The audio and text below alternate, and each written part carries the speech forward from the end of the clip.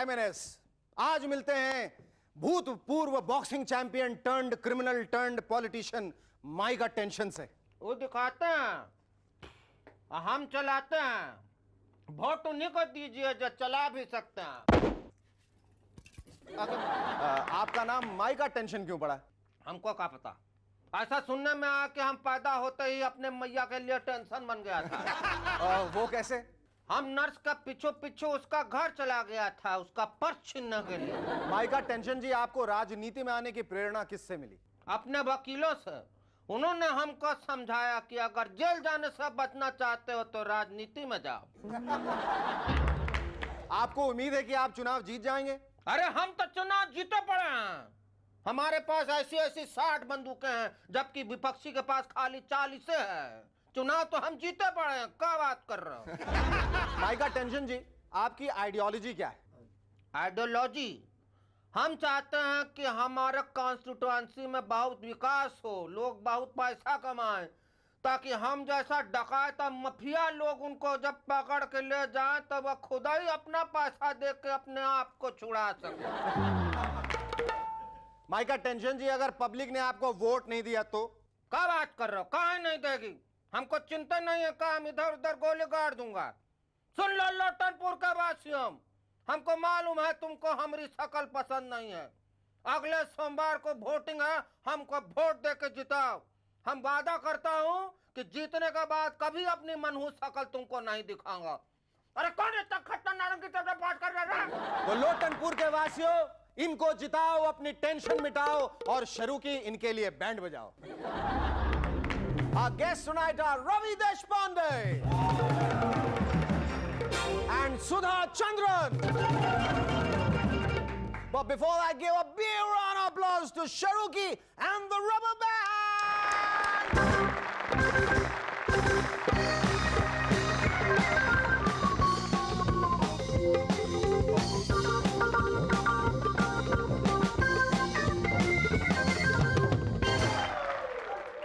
Hi, I'm back. Delhi में जयललिता जी की चाय पार्टी में ऑपोजिशन लीडर्स चाय पीते हुए यही कह रहे थे, वाह उस्ताद वाह। सोनिया जी आई, अम्मा से बातें की, फिर उन्हें ध्यान आया बगल में नरसिम्हा राव खाली कप लिए चुपचाप बैठे। सोनिया जी ने पूछा, अरे राव साहब, आप अभी तक पॉलिटिक्स में खाली कप लिए बैठे? राव साहब बोले, मैं तो कब से टाटा की चाह मांग रहा हूं, सीबीआई वाले देते ही नहीं। तभी अम्मा को जमीन पे एक कॉकरोच दिखाई दिया। स्वामी जी चिल्लाए, बाय जॉर्ज, ये तो फर्नांडिस साहब का जासूस है। अम्मा ने कॉकरोच को निशाना बनाया, पैर उठाया और थम से जमीन पे जो पटका तो ऐसा भूकंप आया कि पूरी दिल्ली और पूरा यूपी हिल गया।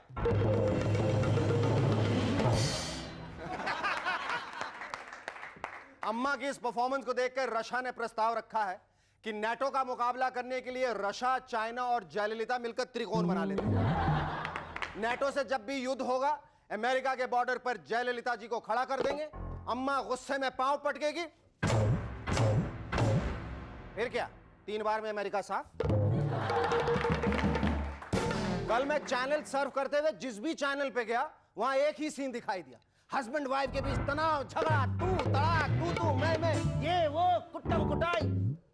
हस्बैंड कह रहा था, हाँ मैं मनीषा से प्यार करता हूं, मनीषा से। एक बार और कहूं? तो वाइफ बोली, घबराओ मत, मैंने भी अपने एक्स बॉयफ्रेंड का नंबर ढूंढ लिया, एक बार और कहूं? तंग आके डिस्कवरी चैनल लगाया तो वहां भी शेरनी शेर से लड़ रही थी। तुम आजकल लोमड़ी के साथ बहुत घूमते हो, क्या चक्कर, क्या बताओ, नहीं तो तुम्हें कच्चा खा जाऊंगी। स्पोर्ट्स चैनल लगाया तो वहां संगीता बिजलानी का क्लोजअप आ गया अजहर को डांटते हुए। कान खोलकर सुन लो, 5 मिनट में आउट होके घर पहुंच जाना, बाथरूम का नल ठीक करवाना, समझे? आज के बच्चों को कोई भी काम किसी भी उम्र में करने की छूट है। 15 साल का नेपाली लड़का एवरेस्ट की चढ़ाई करने का है? यही अगर 20-30 साल पहले कोई नेपाली लड़का एवरेस्ट की चढ़ाई करता होता तो चोटी पे उसका बाप पहले से हाथ में छड़ी लिए खड़ा मिलता। क्या करने आया था यहाँ? नालायक, चल जाके 17 का पहाड़ा याद करने, तो तेरा हाफ पॉइंट पे ऐसा छोड़ी मारूंगा, जिंदगी भर के लिए लंबा दाग आएगा। सचिन के पीठ दर्द को लेके हर कोई टेंशन में है कि अगर वो वर्ल्ड कप में नहीं खेला तो देश का क्या होगा। जॉर्ज फर्नांडिस जी को पता चला तो उन्हें लगा इसके पीछे चीन का है। सबसे पहले तो उन्होंने नेवी के एक एडमिरल को बर्खास्त किया, फिर सचिन को फोन घुमा दिया। सच बताओ सचिन, ये दर्द तुम्हें चाइनीज फूड खाने से हुआ है ना? मदन लाल खुराना जी को सचिन के पीठ के दर्द की खबर मिली तो उन्होंने प्रेस कॉन्फ्रेंस बुला के साहिब सिंह वर्मा को इसका जिम्मेदार ठहराया। ऐसे में जयललिता जी कहां पीछे रहने वाली थी, उन्होंने कोऑर्डिनेशन कमेटी में मांग रख दी, सचिन की पीठ का कोऑर्डिनेशन ठीक करवाओ वरना मैं सपोर्ट वापस ले लूंगी। लालू यादव जी को पता चला तो उन्होंने फौरन सचिन को फोन घुमा दिया। हेलो, अकार है सचिन, वहां पीठ का दर्द कैसा है रे? Oh it's okay mister Lalu. Soon, world cup का टेंशन नहीं करने का, हम तुमको एक युक्ति एक उपाय बताते हैं। तुम्हारा शादी हो गया है? Yes mister Lalu. तो ऐसा करो, तुम अपनी जगह अपनी वाइफ को भेज दो खेलने। खबर है कि इजिप्ट यानी मिस्र में ड्राइविंग लाइसेंस के टेस्ट के लिए कार को सिर्फ 6 फीट आगे और 6 फीट पीछे चला के दिखाना होता है, जबकि इंडिया में अगर कोई ड्राइविंग लाइसेंस लेने आरटीओ जाता है तो उसका टेस्ट कुछ ऐसे होता है। सबसे पहले होता है उसकी जेब का टेस्ट। पर्स दिखा, कितने पीछे है? 200 रुपए। भाई इसमें तो सिर्फ बैलगाड़ी चलाने का लाइसेंस मिल सकता है। फिर होता है ट्रैफिक रूल्स का टेस्ट। हाँ भाई, संभावित चालक, अब मान ले कि तू कार चलाता आ रहा है और सामने साइकिल वाला आ गया, तो उसे लेफ्ट से टक्कर मारनी चाहिए कि राइट से? अच्छा चल छोड़, यो बता तेरी घरवाली कितनी सुंदर है? उससे आपको क्या मतलब? ना हमें पता करने का है कि उसे बगल में बैठा के तू स्टीयरिंग दोनों हाथों से घुमाएगा कि एक हाथ से? 1 जनवरी सन 2000 के दिन बेबी पैदा हो, इस चक्कर में 1 अप्रैल की शाम को बंबई के सड़कों में यह हाल था, जिसे देखो वो लोकल में आधा बाहर लटका हुआ घर पहुंचने की जल्दी में था। स्टेशन पे गजब की भीड़ थी। भाई साहब, ये बोरीवली फास्ट कब आएगी? घबराओ मत, तुम्हारा टप्पू 1 जनवरी 2000 को ही पैदा हुआ। लाउड स्पीकर पे अनाउंसमेंट हो रही थी, 1 जनवरी 2000 वाली ट्रेन प्लेटफॉर्म नंबर 4 से रवाना होगी। सड़कों पे कारें, टैक्सियां हाई स्पीड पे भाग रही थी। ट्रैफिक पुलिस ने जगह जगह बोर्ड लगा रखे थे, कृपया गाड़ी तेज मत चलाइए, 2 जनवरी को होने वाला बच्चा भी आपको ही पापा बुलाएगा। अब साइंटिस्ट ने एक ऐसा सिस्टम बनाया है कि रेडीमेड कपड़े खरीदते वक्त उन्हें ट्राई करने की झंझट नहीं रही। स्कैनर के सामने एक बार खड़े हो जाइए, वो आपकी बॉडी का साइज एक कंप्यूटर कार्ड पे उतार लेगा। उस कार्ड को लेके कपड़ों के शेल्फ के पास जाइए, कपड़ों को उठाएंगे तो शेल्फ से आवाज आएगी, सॉरी सर मैं आपके लिए छोटा हूं, सॉरी सर मैं आपके पेट में फंस जाऊंगा, सॉरी मैडम आपकी टांगे मेरे लिए छोटी हैं, मैडम मुझे ड्रेस समझ के पहनने की कोशिश ना करें, मैं बनियान हूं। Our first guest on M&S tonight is the man behind some of the most successful ad campaigns lately. Ladies and gentlemen, please welcome the Executive Vice President and the National Creative Director, Contract Advertising, Ravi Deshpande.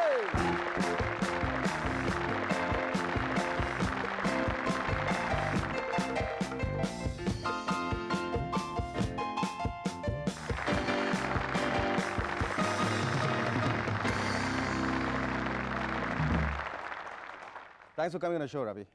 अब हमें advertising की जरूरत नहीं पड़ेगी, publicity अपने आप हो जाएगी। Since you have come on the show. Thank you. अच्छा, tell me, ये जो एडवर्टाइजिंग फील्ड में जो लोग रहते हैं, उनका एक बड़ा ही खास इंटेलेक्चुअल लुक रहता है। एक बियर्ड रहती है, अधपकी सी, I think you're shaved off your head, haven't you? To just give this intellectual look. Does it happen that कि ऐसा inculcate किया जाता है, ऐसा हो जाता है, क्या होता है? And why do people from the advertising field look so intellectual? I think it's a kind of glow that you develop thanks to the number of things that you have to keep soaking in, you know, and coupled with the fact that you tend to get very lazy in life, so the beard grows and everything sort of Tell me, Ravi, what's so exciting being in this field? What's the great excitement? What is that sends the adrenaline up? The greatest excitement is there's a challenge every day. You probably thinking about a corporate company on one day. Another day you're sort of thinking about an ad for chiclets, or on another day you're thinking for ad for consumer durables like a motorcycle or a refrigerator. So it. So basically it's the concentration is कि बड़ी-बड़ी कंपनियों को कैसे पकड़ा जाए. ऐसा तो नहीं होता है. What have you been your favorite campaigns? In terms of the ones that we worked on. Yes, yeah. I would say Chiclets. Chiclets, yes. Sunny Zip, Cadbury's Picnic, Living Jeans, and so on and so forth. कौन सबसे पहले सोचता है इसके बारे में जब product आपके पास आता है या जिसको आपको पुश करना है? Who thinks of it first? How to push it and the punch lines and you know? It basically gets broken down into two situations. One is what to say about the product, and then the latter is how to say. So we kind of have a team when it comes to what to say, where everyone is sort of called in, which is account management, planners, creative people, everyone, and anyone can spring up with the idea. Anyone. अच्छा मुझे एक बहुत ही funny और scary बात अभी पता चली है कि while you were in Amsterdam, somebody mistook you for Salman Rushdie and came and I said if you're going to be walking around the streets looking like Salman, so better beware. Ravi, you answered that after the break. Stay with us. We'll be back in a moment to chat some more with Ravi Deshpande.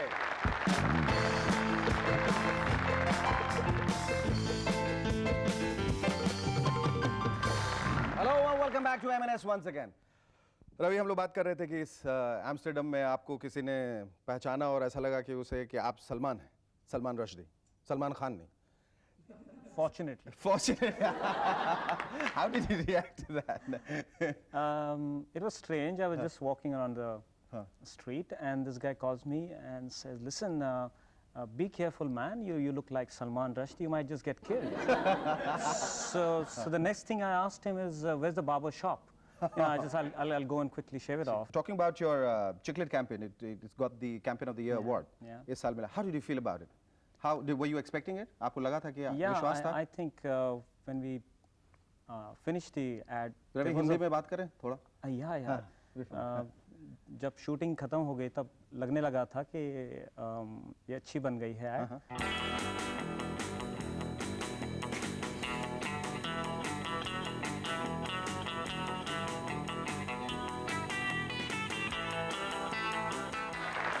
Okay, I believe you're not into sports. You are a cricket buff, and you find poetry in cricket. I mean, I find it very prosaic, but that's another matter.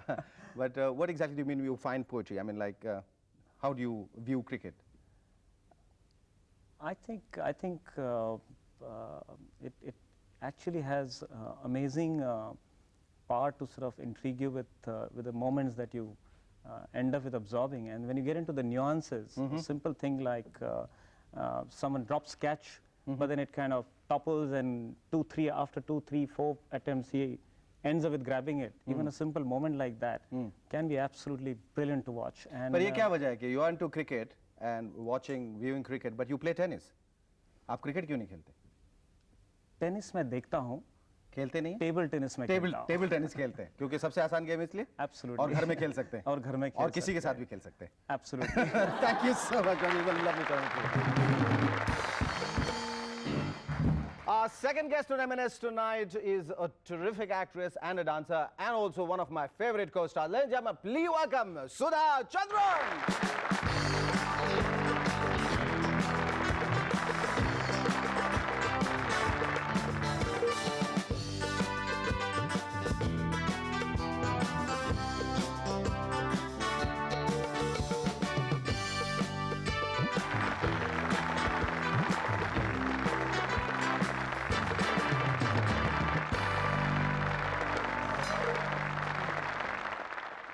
सालों के बाद बरसों के बाद सुधा हम लोग जो हैं वो एज कैरेक्टर्स एक दूसरे के सामने नहीं है. As Shekhar Suman, as Sudha Chandran. How do you feel now? Well, I've always met you as a co-star, but अच्छा लग रहा है कि you are playing Shekhar Suman and I am playing Sudha Chandran. क्योंकि फिल्मों में तुमको मैं बहुत सताता था. तुम्हारा बुरा पति रहता था, बुरा लवर, मारता पीटता, spite दूसरी औरत की तरफ चला जाता. हमेशा तुम्हें हमेशा मुझसे शिकायतें रहती थी. हमेशा ये शिकायत रही है. But I think with कभी इधर कभी उधर you played a lovely पति. प्रिया, ये क्या पागलपन है? ये पागलपन नहीं है, ये मेरा शौक है. पर मेरे लिए तो शॉकिंग है. मेरी चुनौती है. पर मेरी तो पनौती है. मुझे सुधा चंद्रन की तरह A1 डांसर बनकर दिखाना है. प्रिया, ये मत भूलो कि कौवा अगर हंस की चाल चलने गया ना, तो कम्बख्त हमारा अपनी चाल भी भूल जाएगा. How did you venture into films?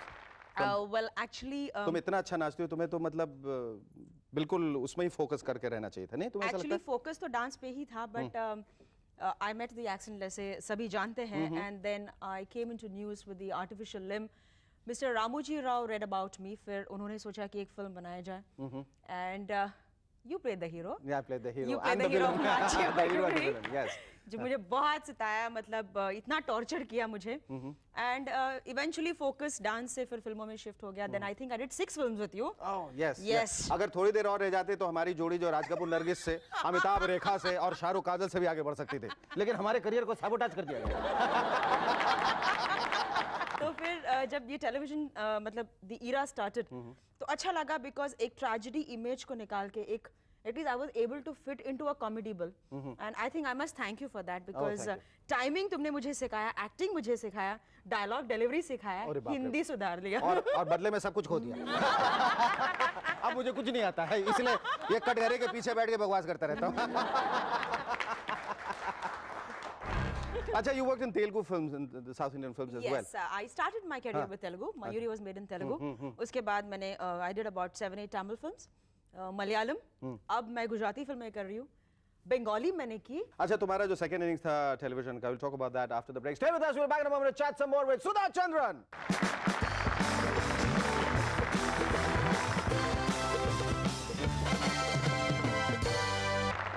Hello and welcome back to M&S once again. Okay, we're talking about your television career, your second innings. Are you very happy doing television? Oh, yes. अक्सर ये जो बातें, उफ, ये television वाले हैं. नहीं नहीं बिल्कुल, आई एम वेरी प्राउड ऐसे to be associated with television. And एक होता ना कि जो अच्छे एक्टर्स थे जिनको स्कोप वहां नहीं मिला, कम से कम यहाँ तो स्कोप मिल रहा है, and we are able to prove our talent because I don't think I would be able to do comedy, negative and tragedy at the same time on television. I mean, I'm able to do it on television, but not on big screen. अच्छा, मैंने ऐसे सुना है कि school में तुम्हें कुछ problem हुई थी राजेश खन्ना की वजह से. How did you know about it? well, Rajesh Khanna told me. Shooting it? Oh, really? Did he tell you that? Rajesh Khanna की वजह से तुम्हें कोई प्रॉब्लम हुई थी? Well, yes, because I was a great fan of Rajesh Khanna. I still am. But I was in a convent school. तो वहाँ पर तो सारे nuns घूमते. You're not supposed to look at a boy. And it was a lady, I mean, girls' school. Nonetheless. Nuns, yes. So, I mean, my mom used to give me pocket money. तो वो पैसे लेके मैं राजेश खन्ना के photographs लेती थी, जो 5-5 पैसे, 10-10 पैसे. मुझे भी मेरी मम्मी ने आज सवेरे पैसे दिए थे कि मैं राजेश खन्ना की फोटो लेके तुम्हें दूं. This is for you, especially for M&S. Have a look. This is for Sudha Chandran, especially Rajesh Khanna. You can't do this to me. इस वजह से उन्होंने अपनी स्कूल छोड़ी, कॉलेज छोड़ा और nearly अपना करियर छोड़ दिया because you know by the time she came on the scene, Rajesh Khanna was there, not there anymore. You can't do this to me. I haven't done it. He's done it to himself. No, he doesn't look this bad. But yet I love him. Yes. Yeah. Okay. So I had a lot of photographs in my geometry book, and that day the sister called for my geometry book, and the moment she मतलब क्या बोलते हैं, झाड़ते हैं ना, वो सारे photographs नीचे गिर गए. I said, you little kid, you think you're going to marry this guy? So I said, yeah, if he पर says आप जब okay. फोटो गिरे तो आवाज नहीं आई थी? हे आहा. यहाँ से आया था, यहाँ से. So I looked at it. I said, yeah, if he says okay, I'm ready for that.